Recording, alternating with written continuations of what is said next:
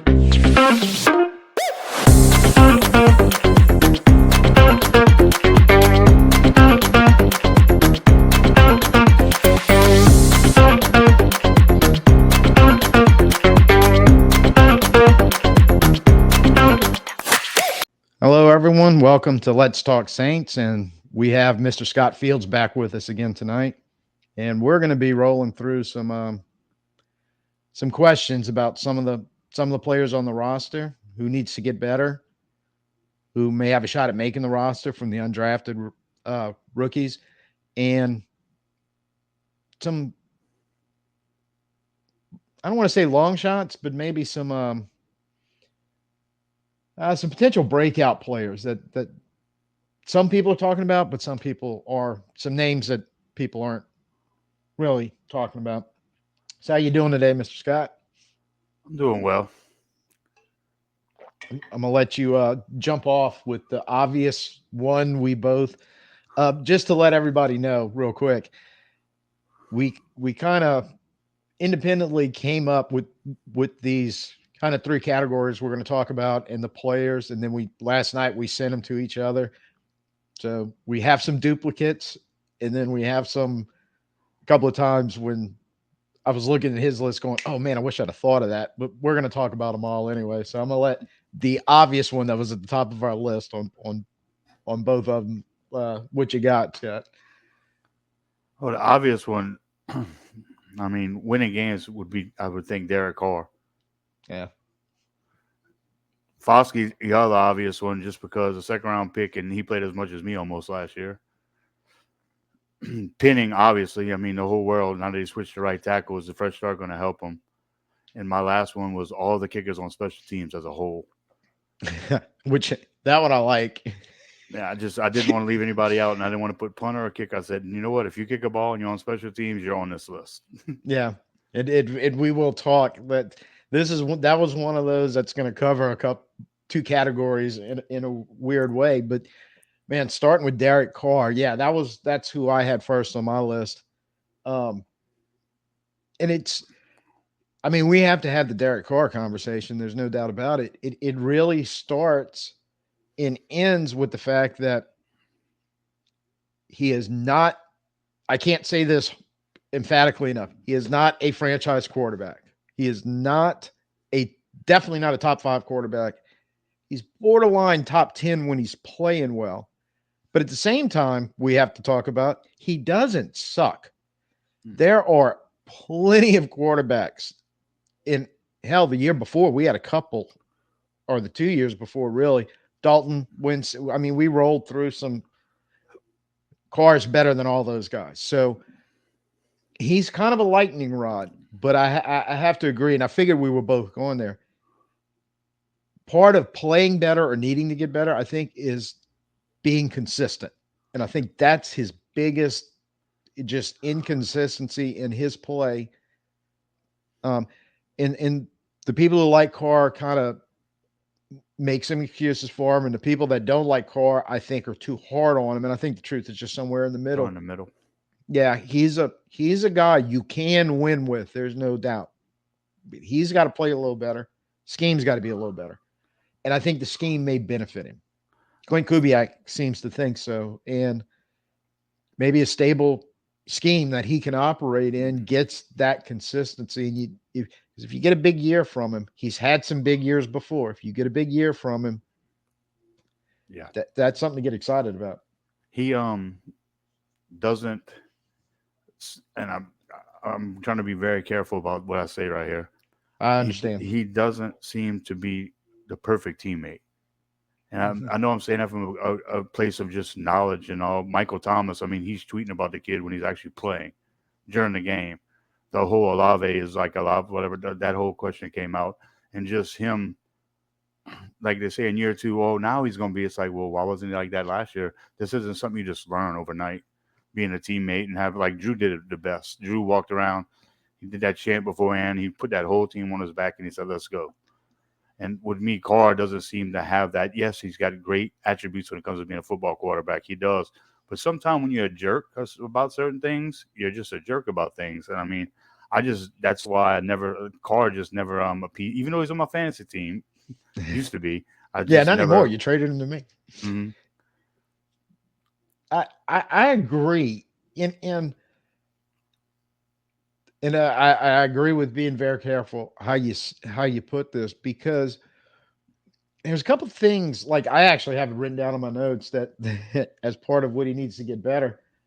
Post game presence.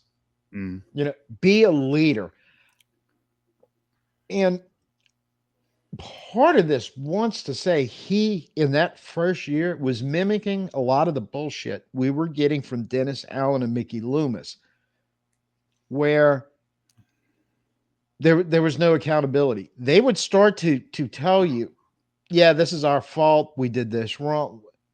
But then spend a whole lot of time denying kind of almost what they started the conversation with. Well, it really wasn't our fault.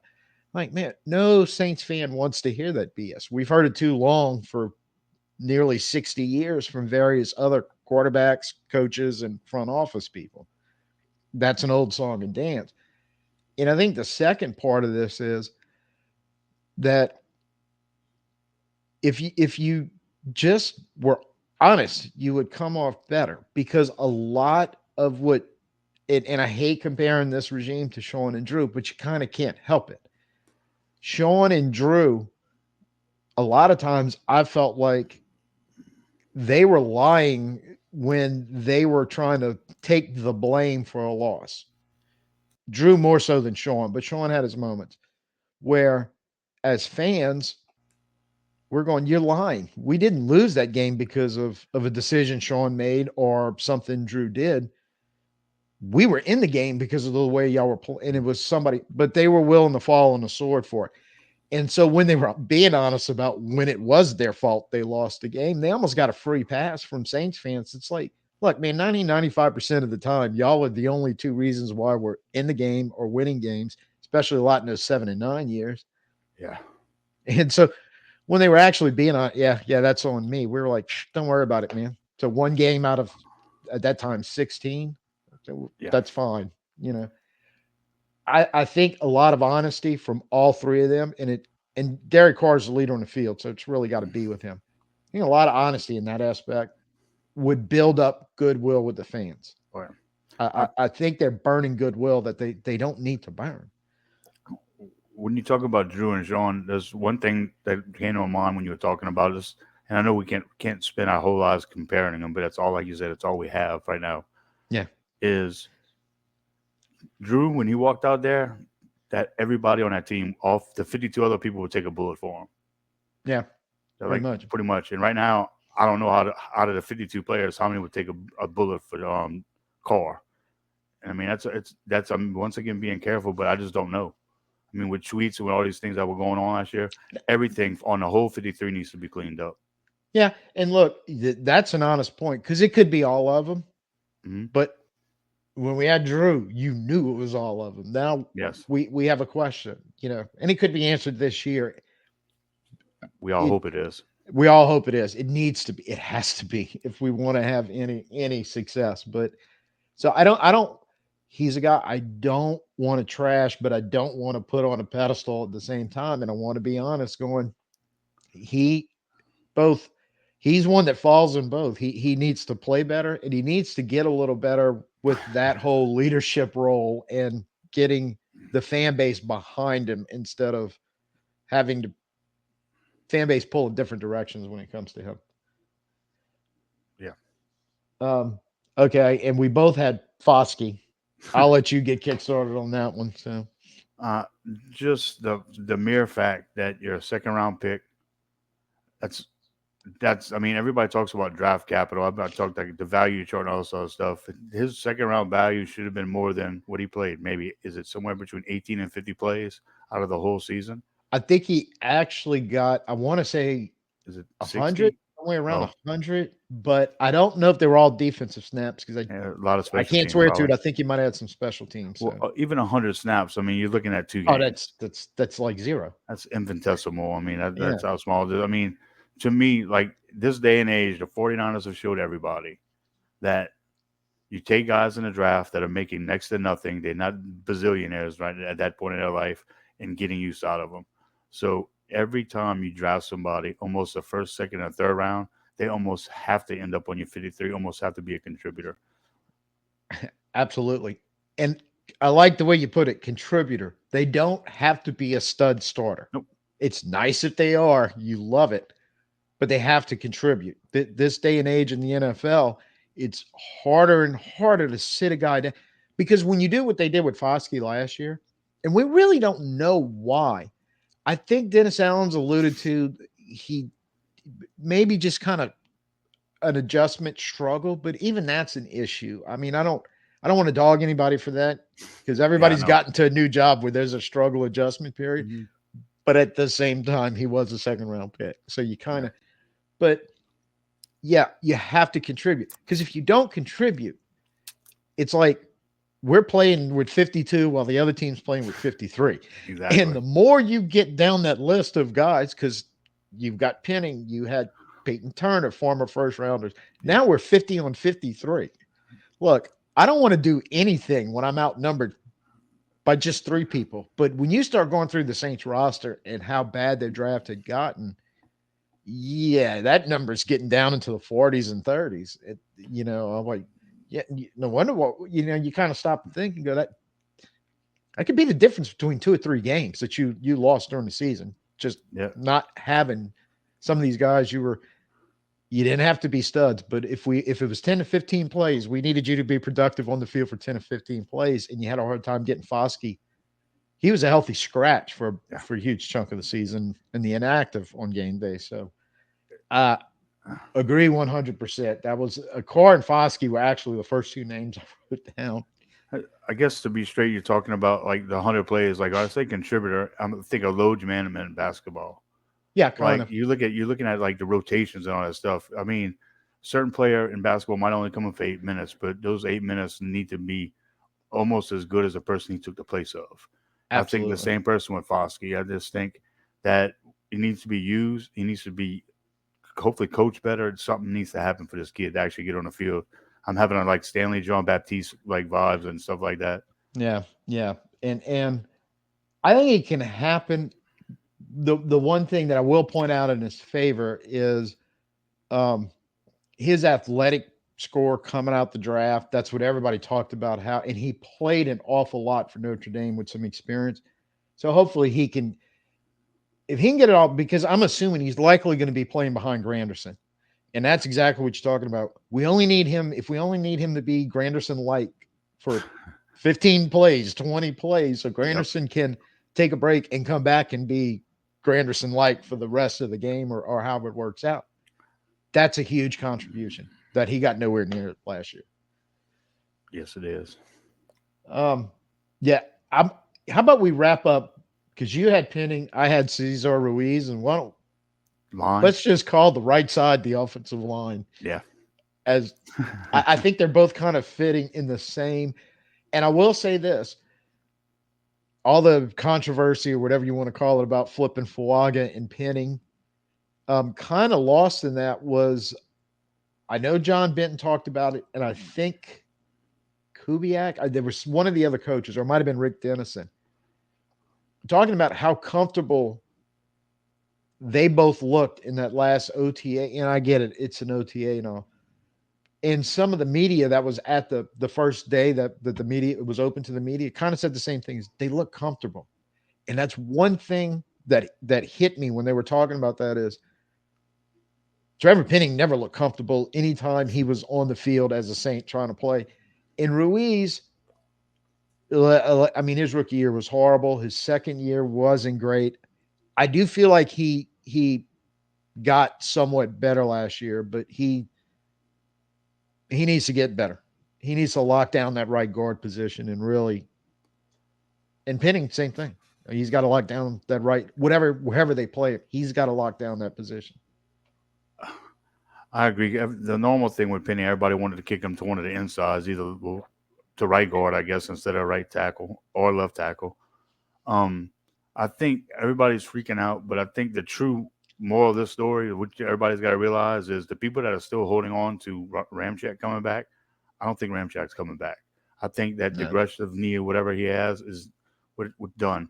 I think we drafted your boy from Oregon State to stick him at left tackle. I think they're hoping the brand new coaching staff helps Penning because Penning was like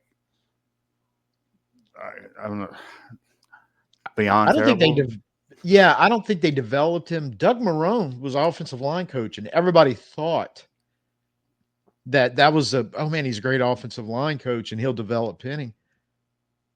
Mm-hmm. And for whatever reason, there didn't seem to be. But and Penning and Ruiz both can be somewhat attributed to. I'm sorry, they may have all been nice guys or great at certain aspects of coaching, but the last 2 years, our offensive staff together as a unit was very bad. Abysmal. I was trying to be nice, but you're trying to be more accurate, I guess. Yeah. And they've assembled a staff this go around this under Kubiak and with the scheme change, trying to be more athletic. And one thing is that I loved about them talking about being more athletic. Ruiz came in a little lighter Mm-hmm. in the training because he's going to have to move more in this wide zone scheme than he ever did in the gap scheme. I know that sounds crazy for a guard that pulls a lot, but it's true. Um, so I think the needles could be maybe moving, hopefully in the right direction, but it has to. It absolutely has to. Both of those guys have to. They have to. They have to live up to their first round picks this year to have any chance for the Saints offense to do anything. I mean, we talked about, well, you've talked about several times the zone versus the gap, the blocking scheme. I think majority of football is trying to move towards a zone scheme and phasing out. And I hate to say phasing out. You always got to have a couple of plays that's going to be a gap, but I don't think many teams are going to go 100% of the game running the gap scheme. I think it's archaic. I think it's like Nick Saban when he was coaching that 3 yards in a pot cloud of dust or whatever and realized I can't do this anymore. I have to grow up, put my football pants on, and go get somebody that actually knows offense. Yeah, go get And Bryce Young and 15 receivers that are all going to be first round picks in the NFL and open up your offense. Yeah, and I part agree. of the thing with Penning and other linemen, I think that give you trouble is from high school through college and then the professional game. You got so many people who want to try so much different stuff, and sometimes it just I hate to say confuses got people, not confused, but Overload on overwhelms. them. Yeah, Yeah. and it just takes time. I mean, Penning, yeah, I mean, first round pick. I mean, who's from what school was he from? What small guy? Penning, I It's, man, I forgot Northern Iowa maybe or something it's, like that. it's one of them I directional can't remember. schools, Yeah, it but was. their coaching is not should not be nearly as good as this New Orleans Saints coaching. And everybody's singing the praises of Kubiak and the things. I don't know how, but I just got a feeling that line by default almost has to be better because of a better mind. Like Carmichael didn't even want the job. That's people were dogging him and all. He didn't even want the job. So Fair that's point. that's. I mean, I have no. I mean, he was a number two, like right hand man for Sean Payton for so long. People just And still automatically is assumed, yeah, he still is. But because we I got just hired the back. offensive line. I mean, I would say it has no choice but to get better. I mean, theoretically, it could get worse, but I just think that they're moving in the right direction, moving in the right direction. Part of that's the new scheme, and basically not just Penning, but all five of those guys are starting from scratch theoretically in this system with Mhm. zone as opposed to gap. Yeah, and I will say this. This is another one I just started working on because I just cut the interview of at OTAs. John Benton, the new offensive line coach, talking, echoing something because you saw the Jim Nagy interview Hmm. right after we drafted Fuaga, and we Yeah. both talked about at the time. Nagy coming right out and saying to the whole entire world, I talked to coordinators, I talked to offensive line coaches in the NFL, and they all want to get out of this old timey wimey thought of right left on offense and tackle versus guard. And you saw the video, and Benton echoed it in his talking about, look, that's the old way of thinking because, and he said it best when he said you used to put your best offensive tackle on the left side because the defense used to put their best pass rusher on the defensive right. He said defense have gotten smarter. Look at a lot of teams; their best pass rusher is now on their left, which is your offensive right. So, and he kind of goes into a lot of what Nagy talked. You want to be flexible, and you want guys to be able to play multiple spots on that line, and you want it to be mobile and moving, and not statues. So I, the I four think people both that of them could fit Penning and Ruiz. That may be just what you're talking about. That scheme fit may fit what they can do in the NFL. the non-sinners, I guess the other four guys, like the great thing you just said was the tackle and guard. Like whenever you can have that kind of cohesion and that kind of coaching, and that kind of learning or whatever, when all four, the two left go left, two on the left and the two on the right, can theoretically all move just like the defense does. Great coaching. So tackle and guard, I totally agree with. I just think the whole sports, like some people, are still archaic. Out of the 32 teams, they got like 7, 8 of them that are like, no, we're not going to do that, whatever. And the rest of them, and it's like everybody's slowly going to the Sean McVay tree and the Shanahan tree. And I mean, Kubiak is directly because of his dad, because I think that's where Kyle Shanahan and Mike Shanahan got it, like whenever he played coach Yeah, yeah, slash. yeah. So They were the roots of it, and now yeah. you're seeing the results of the tree with the two sons with McVay. Even Andy Reid, um, who you think about how long he's been in, he's kind of pulled the Saban in Kansas City because he's evolved that offense. Mhm. It's not apples to apples comparison to either anything Shanahan or McVay does, but it's very close in a lot of Mhm. aspects. So old dog, new tricks. The only difference is those guys, the other two, the younger guys, seem to train coaches to go on Yeah. and be head coaches and coordinators. Nobody from Andy Reid's tree has worked out. No. He's produced a bunch of Pete Carmichaels, let's be honest, that have gotten jobs somewhere for a little while and and a lot of them find their way back to Kansas City. But I think that's a good point that more and more when teams will do that, because Cincinnati does it, they're from the McVay tree, Taylor. You're starting to see more of Shanahan's guys out. Mhm. Miami, Slovic, and Houston running that offense. And the NFL is a copycat league. So I promise you, if it works in New Orleans and a couple of Atlanta, because they're trying into Atlanta over there right now, Mhm. here we go. You know, so that's a kickers. Let's talk kickers. Oh yeah, I was about to say all the kickers on special teams. That's the last one I think we have to talk about. Look, for years, like about 15 solid years, probably since around right when Sean Payton got here in 2006. So 4 years ago, there was always it wasn't all the same guy, but I had confidence with Hartley, with all these guys throughout history. I've had confidence in him. Punter for most of that time we had Thomas Morstead, and no matter Yeah. he was just the beautiful thing about good punters is you don't even hear their name until you don't even until they get it inside the five. Then everybody knows their name. But good punters are very hard, and we had an All Pro punter for a few seasons. I think he was All Pro, and that went to the wayside because we picked the one position, two positions, I guess, the two kicking spots to seem to want to try to save money. When the upper echelon, like what's his name in Baltimore, Tucker, Oh, yeah. I mean, he makes money, but they're trying to save money at one of the weirdest spots. I mean, other than long snapper, they were trying to save money and make a field goal, man. I mean, field goal can win you a game. It shouldn't be anything that's ever overlooked.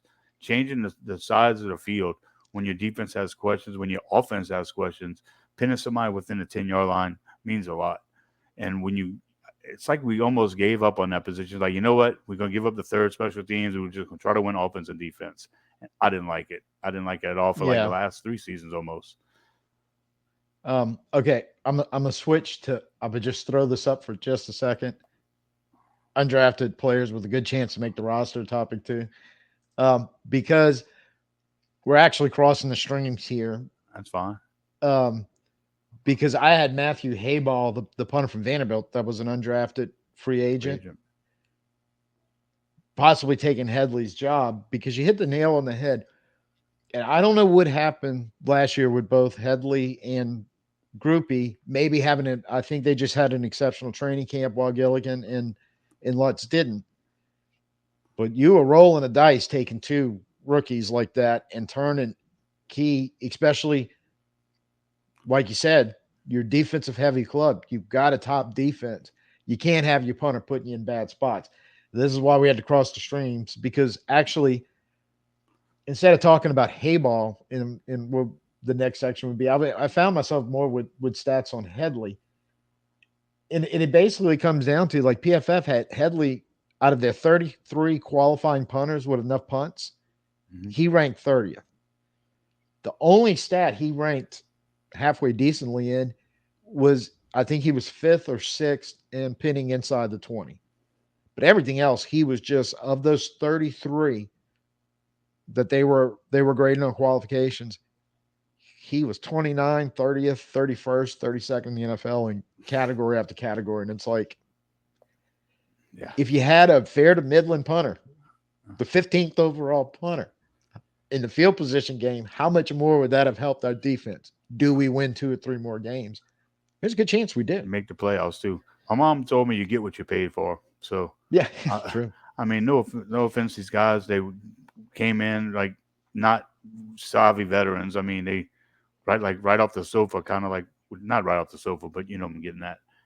Oh, I yeah. just you get what you pay for. I mean, let's no matter how much Saints fans or South Louisiana fans get very fickle about certain people. He misses one game-winning field goal, or he misses one. It don't have to be even be game-winning sometimes. And there's like 30% of our fan base automatically turns on somebody just from one improper field goal kick or extra point, even for that matter. Uh, and you know what Sean did? The second he was available, he made a trade. Didn't try to really just made a trade. Mm-hmm. Said, you know what, I want him. Kind of like getting the undrafted free agents, kind of picking them in the seventh round. That's what Sean did. Sean's like, I know what Lutz can do, but nobody And knew he, what Groupie can do theoretically, other than have a good training camp. and that was like I think the only bugaboo the Saints made possibly in this whole deal because you're right. They were trying to shave some. They needed to find some savings somewhere. There's no doubt about that. But taking two rookies undrafted basically was a wee bit of a gamble. And I think the real issue was this is the one that bothers me the most out of the two because Groupie, I think, and I'm gonna mention Alante Taylor that way we can sum up my last name, but because I think they both fall in the category of they're better than what they showed last year, but whether it was just confidence or the moment sometimes got too big for them or whatever, they didn't. Groupie didn't kick well. Taylor didn't play well. The problem was when that happened, it was a glaring and exactly what you're saying, just turning off a large chunk of the fan base like they're terrible football players. And I'm like, I wouldn't put them as terrible, but definitely inconsistent. The one that bothered me the most though was Headley because very early on he was struggling and Gilligan was still unsigned. And we could have made that flip back real quick, going, no, no, no, no, no. We can't have him struggling and learning on the job right now. But Gilligan signed, and as far as I know, he finished with Arizona. And that's what made me the most furious with Lou Headley is the fact that every time I'm watching Red Zone, the 3 o'clock games that Arizona plays mostly on, and I'm watching Gilligan roll out and pinning guys back and kicking like he kicked for us that first year, going, son of a, why did we let Gilligan go for Lou Hadley? So It's Hadley's got to get better. Groupie's got to get, I think he needs to be more consistent and maybe more confident, but Hadley's got to get better or Hayball's going to take his job. not to use a famous saying, but the actual terminology, we punted on punter. Yeah, we, yeah. No we kidding. punted We on punt punter, on which the is funny. punter. Yeah, It's I like like that. That's seeing a meme in the making. you've But yeah, seen him. I mean, what's his name, Gilligan, perform because some people that are young, it just takes a little bit to get used to that bright light. And I don't, I don't know. Punter. I mean, punters are like for us to have a 15 or 10-minute conversation about kickers and punters is actually possibly a record, but it's true. I mean, no matter what any human says, there's offense, defense, and special teams. I have two things to say on that. The first one is you should never, ever in this type of podcast that we're doing have more than a 2 minute conversation about punters and kickers. The Yeah. second thing is Michael Strahan once said, and he was talking specifically about a place kicker, but I'm going to use kicker or punter. They're like toilets because when they're working right, you don't even think about them. But as No. soon as they break down, it becomes a huge problem. And I'm like, that's the perfect summation of the kicking game, really and Yes. truly. So it kind of wraps it up for the first one for the need to play better and get better group. The undrafted group, Hayball, we just talked about with basically tied in the Headley. So I think he's a punter from Vanderbilt. Um, so he's got a shot. The only thing is you could be opening yourself up for another Headley Huh. type situation. I get that. So I just want one of these two to roll in training camp, nail down the job, and then continue to do it in the season. One Yes. thing I do like about Hayball is I'm sorry, Vanderbilt Oh, I knew where you were fans going and with this. alumni. Yeah. However, he got an awful lot of work at punting over the years that he played at Vanderbilt, and he seemed to be pretty good at it. Yes. So, but that's a good thing as far as him making the roster. Rumor is he's the one that had the biggest name, image, and likeness deal because he was being seen so much at Vanderbilt. So make him a walking billboard. Hmm. He's the only guy that gets 20 snaps a game on the whole team. But so I that's why I threw Hayball in there. And I know that's why you did too. Yeah. It's just because we know Hadley was just not good. And I know there's a I think there's a do you have the list in front of you? Yeah, I'm looking at it. Undrafted. Don't we have a kicker on there? Receiver, center. My list might not be updated because I don't see a kicker on here. I just Okay, see I punter. wasn't sure if they brought somebody in or not. This is one of the original lists from the day after draft day, so that I Yeah, copied. they may They have could have brought got one. somebody in, but I think there's a second kicker that's going to be in. Yeah, you got Um, to have somebody kicking with them, especially in OTAs and when training camp starts. And you're not going to go in there with somebody. I mean, even great quarterbacks had even Drew Brees. They brought in third and fourth quarterback, but yeah. somebody needs to take those reps up.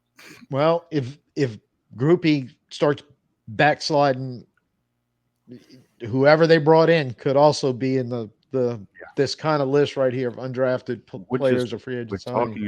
we're talking about actually a punter as the undrafted free agent when we just had a 10, 15 minute of like, Yeah, why are you getting rookies? Well, when you get a rookie and it's not very sure on where it's going, you got to either A, get a veteran or keep getting a rookie till one of them works. works. Yeah, but the only thing is, I would say, is if he ain't working, fix as Strahan said, just fix the toilet. You Yep, know, don't let it keep exactly. not working. I think that's real key in this, and you have some opportunity here with these guys.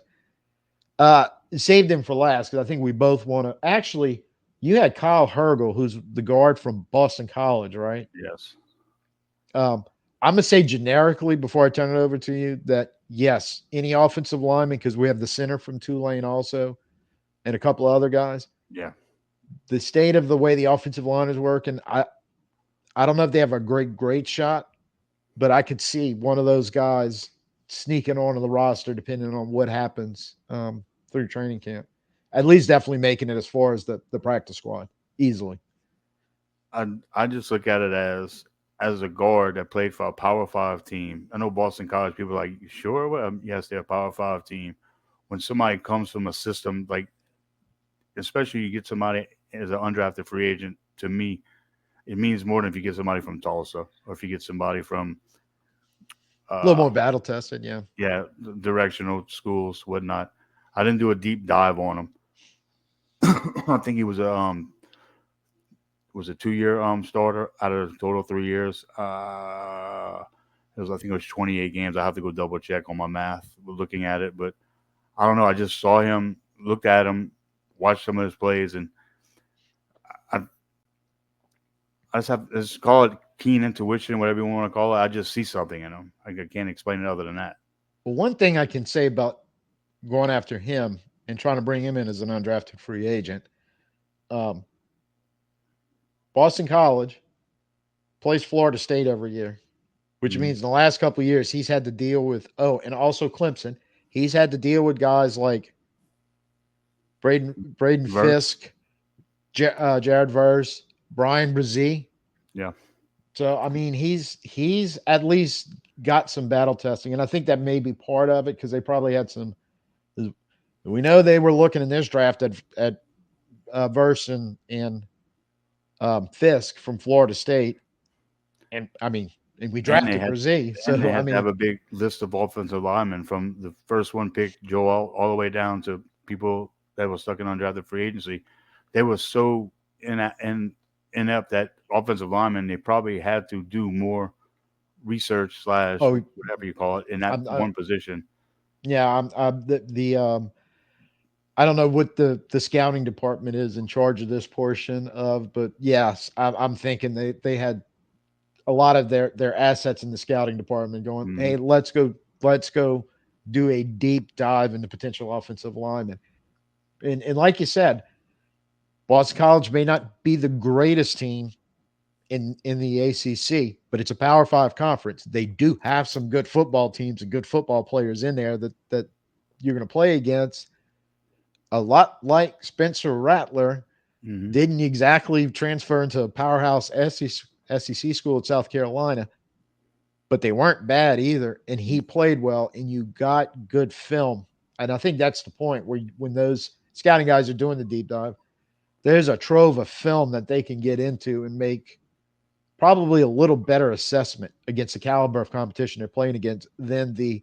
I hate to dog the directional schools, but you're kind of right. When you get to the Northern Iowa and all, where the talent gap is Way too way, much. way, way deeper than it is when you're talking about an ACC power school. And you want to Uh, jump on the last one that I think every Saint, not every Saints fan, but most knowledgeable Saints fans think is going to be the tight end that makes the roster. But Hockler. yeah, from Colorado State. Yeah, I can't believe he wasn't drafted. I mean, Yeah. that that speaks a lot right there. And our tight end room is thin. Hmm. Between LSU guy, what's his name? Foster Moreau, Foster Moreau, they're Jawan. on. Yeah, and Who's then the you've third one? I think there's a third one. they have yes, they do have a third one. I can't think of his name at the moment. It's the blocking Um, specialist. yeah, and I don't with the scheme change. The scheme. This is the interesting part with the scheme Exactly. change.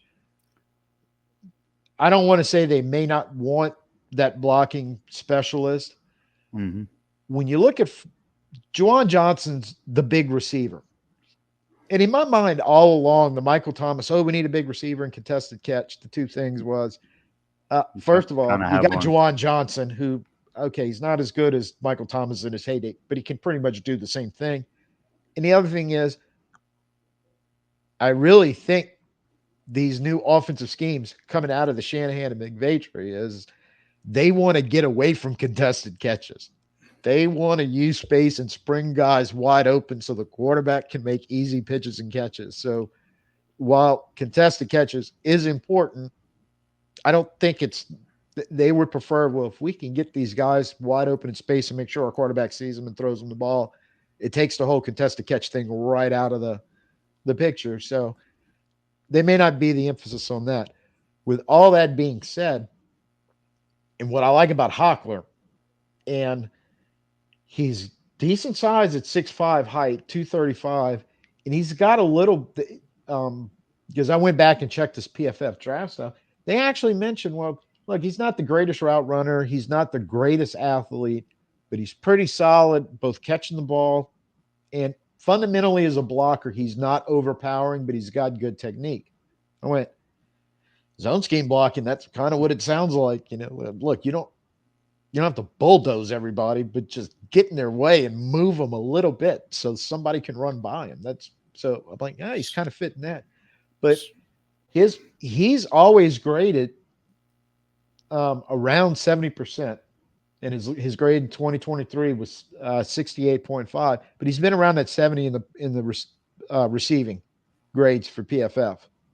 So they had him kind of um, not at an elite level, obviously, but there was really only one of those tight end in the whole draft that was elite level, and then a couple of the really elite athletics that were projects.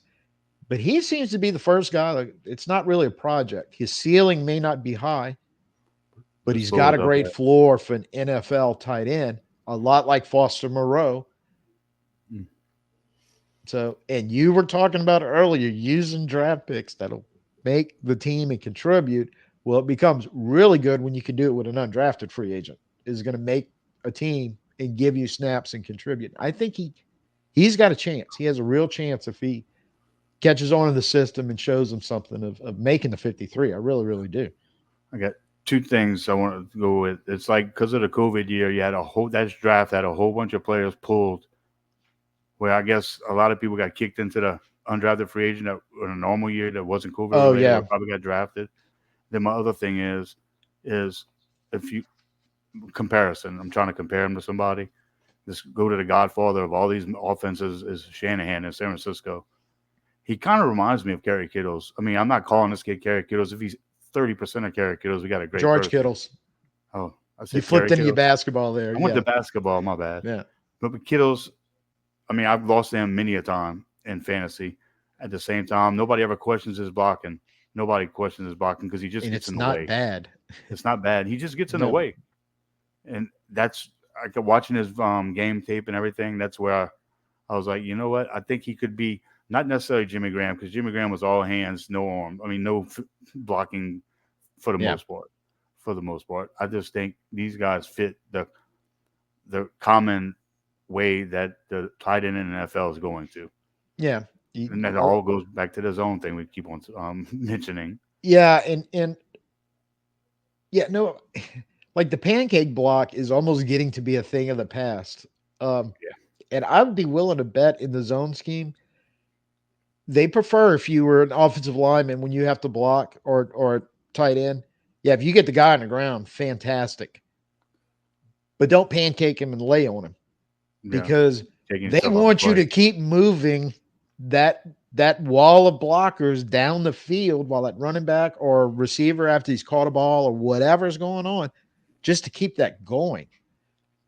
So when and that's PFF was basically talking about, look, he's a willing blocker and he's got good technique. He just doesn't pancake people. And I'm like, I don't care if he pancakes people. If he's got good technique and can hold up somebody at the point of attack on the edge, or if he has to get out and block a linebacker or a safety downfield for the running back, he can just get in there and screen them and keep them out of the space our guys trying to run through.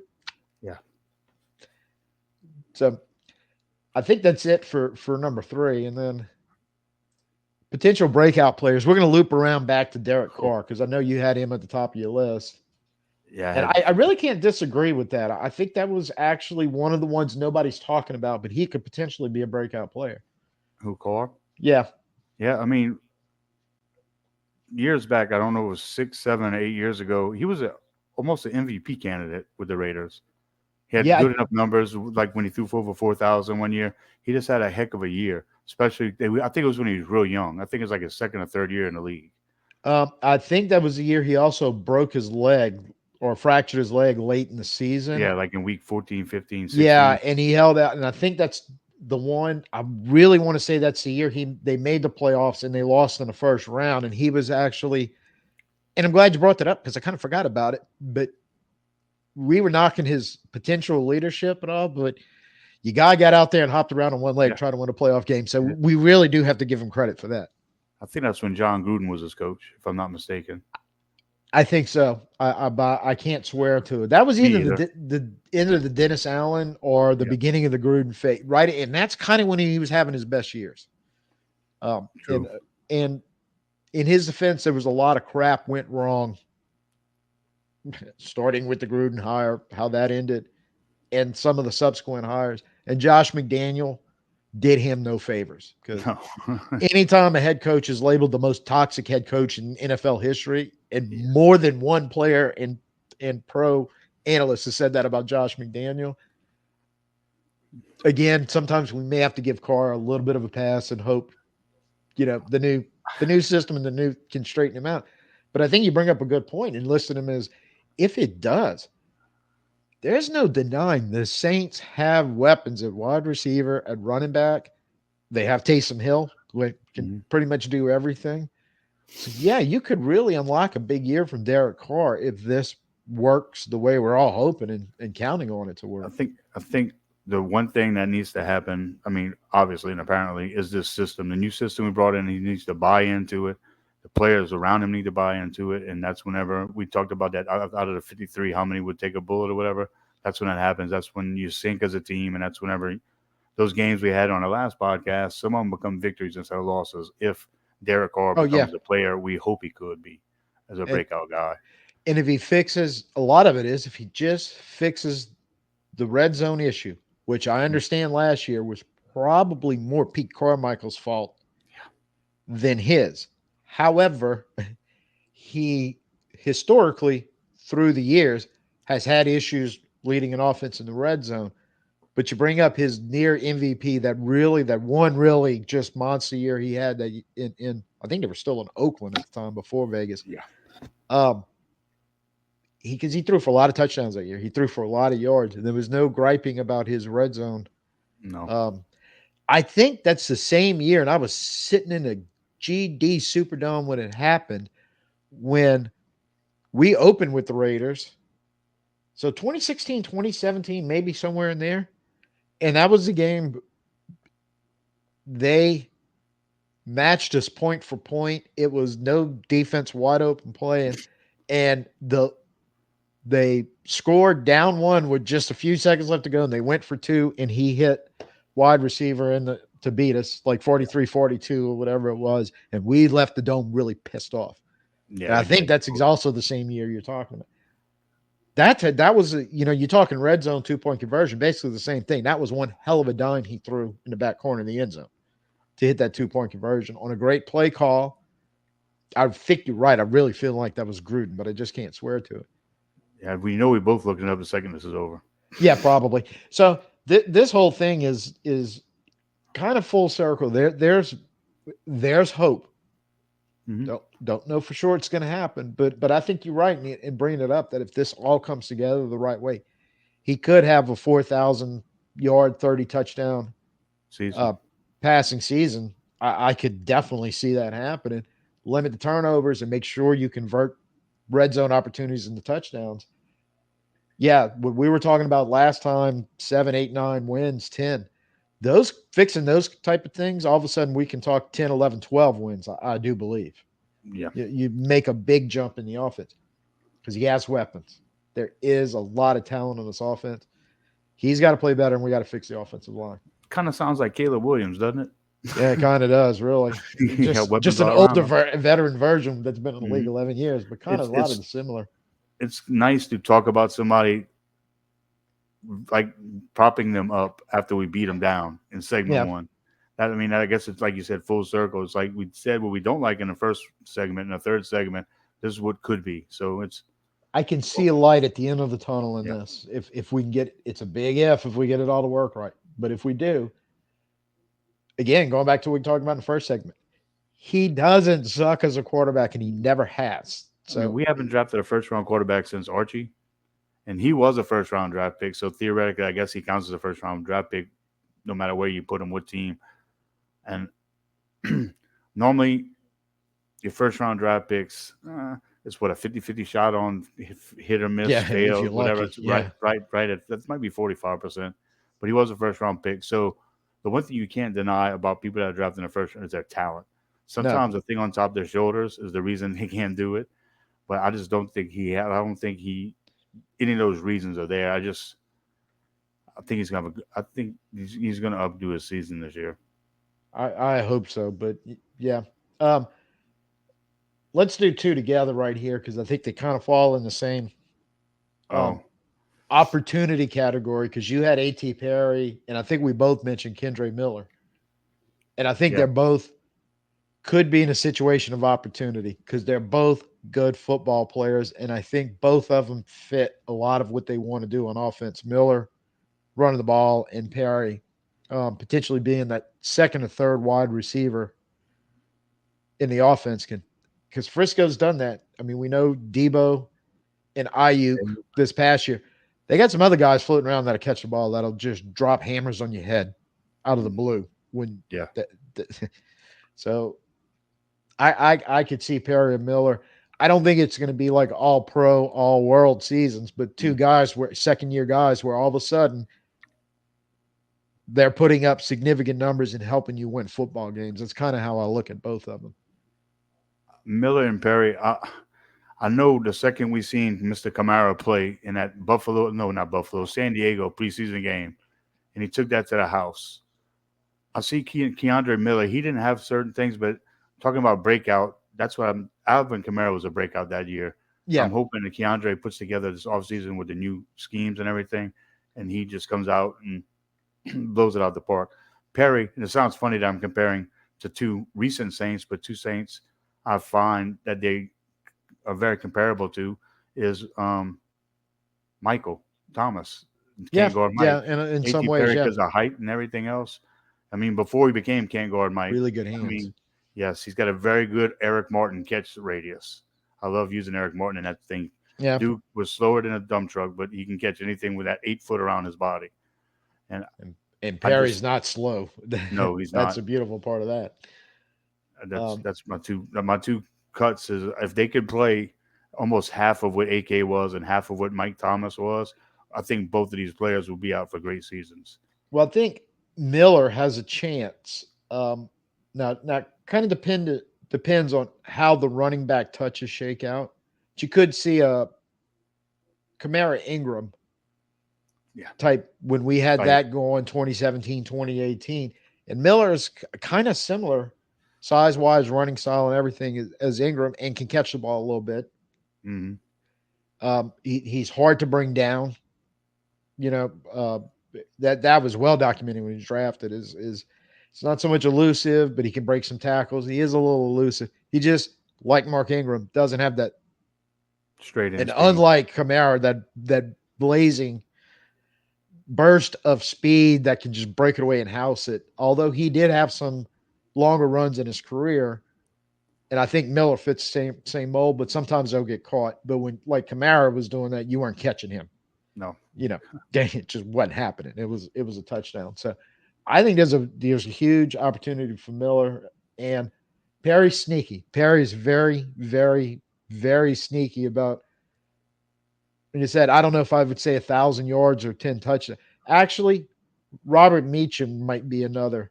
yeah, Our Super Bowl year didn't you're lead the right. team in targets, didn't lead the team in catches, but led him in touchdowns because so many teams were struggling with cover, dealing with Devin Henderson and Marquez Colston. All of a sudden, Breeze and Meacham just had that touchdown connection that would just blow a game. Big play. So I really think Perry that might be like a role Yeah, for Perry where you look and he goes, he might get to 9 or 10 touchdowns. the Meacham slash Jeffrey Henderson style player. Yeah. Yeah, I Just agree. dangerous downfield and can catch the ball in contested situations.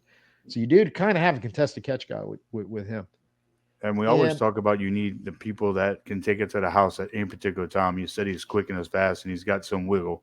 So that's the other thing I love about him. The wide receiver screens where you cut and you break that person on the line of scrimmage. I mean, that can be housed. yeah, and kind of leads to Bub Means comes in sort of the Mm, same thing because I yep. think they're very similar mode the way it sounds. And real quick, because we're running out of time, and just to get to him, I have to talk about Willie Gay because I really do think Yeah. he's got potential to break out on the defensive side. Mostly because Willie Gay is here to win a starting job, to play as much as he can. It's a little chip on his shoulder. Yes, it helped him win 2 Super Bowl rings the last couple of years, but Kansas City was using him more in that situational linebacker role. Did some good things in coverage, spying quarterbacks, kind of was a specialty they used him for, and has some pass rush ability, so he can do a lot of things. But he wants. There's no doubt in my mind he's looking at Demario Davis, who can also do everything he can do, sideline to sideline, tackle the whole spiel, and go, I want to be that guy. And I think he's here to fight for a job. Pete Warner better watch his butt. Yes. Better. And I think if you can get Willie Gay on the field a lot, and also, even if we pull out the old Zach Bond third linebacker slash stand up defensive end rush position, you know he can do that. Oh God, yeah. So I'm looking for Willie Gay to really grab a hold of one of these jobs or multiple jobs where he may get a lot of snaps in the game, just kind of rotating through that second level right behind the offensive line, that linebacking core. So I'm a big Willie Gay believer. Oh, and the biggest thing, it's a 1 year prove it deal. Yeah. He wants a big deal and a starting job as a linebacker in the NFL, and I like the Nobody dog in him. nobody likes to be a toy, and Willie Gay was a toy for Eric Reed in Yeah, Kansas City. And you and see the people around you, and the the veterans. I mean, they stable, knew what they were doing, but this guy's like the whole like everybody. If they're not trying to get better or beat the person out in front of them, you don't even need them on your team. That's why people like him that come over here and he's like, "Hey, I want to compete.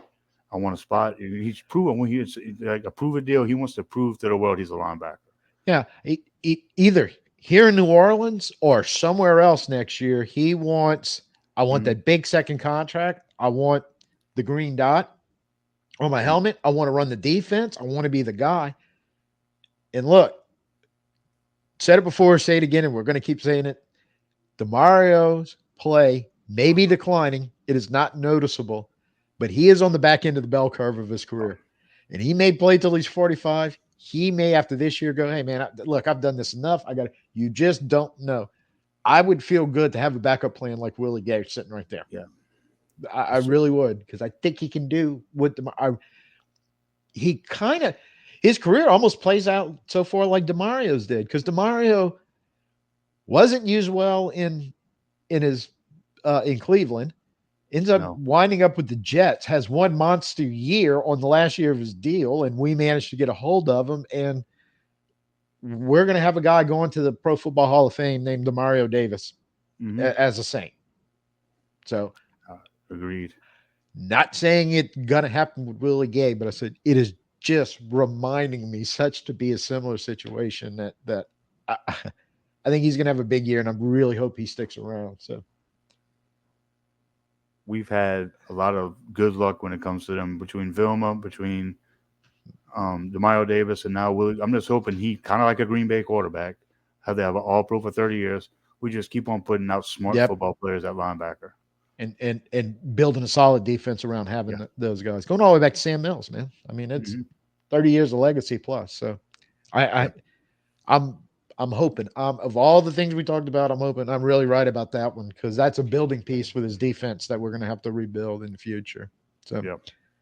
oh man, we're just sneaking it in under the 1 hour limit. So, um, appreciate you being able to jump on and hanging out for another hour of Let's Talk Saints. Don't quite know when we're going to get you back, but definitely we need to keep having these conversations. So Yeah, we I do. really do appreciate it. No problem, man. All righty. Everybody, hope you enjoyed the show. Hope we did a good job of kind of pointing out some stuff we really need to watch on the roster, and we really need to pull for it to happen. I think that's the big takeaway of this. Some of the stuff we talked about absolutely has to happen in 2024 season. So y'all have a good season or a good night. Till next time, peace out. Who dat?